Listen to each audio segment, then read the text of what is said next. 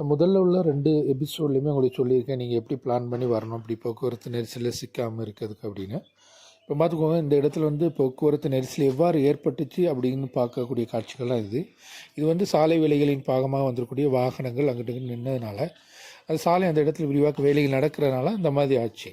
ஆனால் இந்த பகுதியில் வந்து பொதுவாகவே வந்து வாகனங்கள் வந்து எப்பொழுதுமே போகக்கூடிய 24 ஹவர் போகக்கூடிய ஒரு சாலை தான். இந்த விரிவாக்க வேலைகள் முடிஞ்சிச்சுன்னா அந்த மாதிரி போக்குவரத்து நெரிசல் வர வாய்ப்பு இல்லை இந்த பகுதியில். இப்போ இந்த விரிவாக்க வேலைகள் நடக்கிறதுனால அந்த மாதிரி ஒரு பிரச்சனைகள் இருக்குது. அதே மாதிரி வந்து நீங்கள் வந்து நான் சொன்ன தேனி மதுரை அந்த டைரெக்ஷனில் வந்து போக்குவரத்து நெரிசல் இருக்காது, ஏன்னா சாலை விரிவாக்க வேலைகள் முடிஞ்சிட்டு. ஆனால் அந்த சாலையில் வர்றவங்க நீங்கள் தைரியமாக வரலாம்.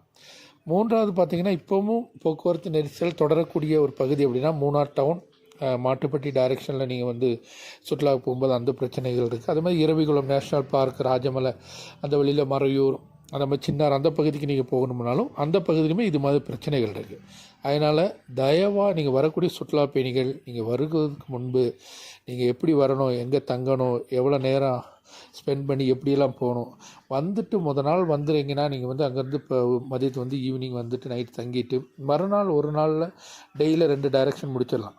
அதுக்கடுத்து மறுநாள் நீங்கள் வந்து காலையில் எழுந்திருக்கீங்க, ஏதாவது ஒரு டைரெக்ஷன் போகிறீங்க பார்க்குறீங்க, அப்படி நீங்கள் ரிட்டர்ன் போயிடலாம். அதனால் உங்களுக்கு வந்து செலவும் குறையும், நீங்கள் அதிக நாள் இங்கே தங்க வேண்டாம், அழகான நீங்கள் பார்க்கக்கூடிய இடங்களெல்லாம் பார்த்துட்டு போயிடலாம்.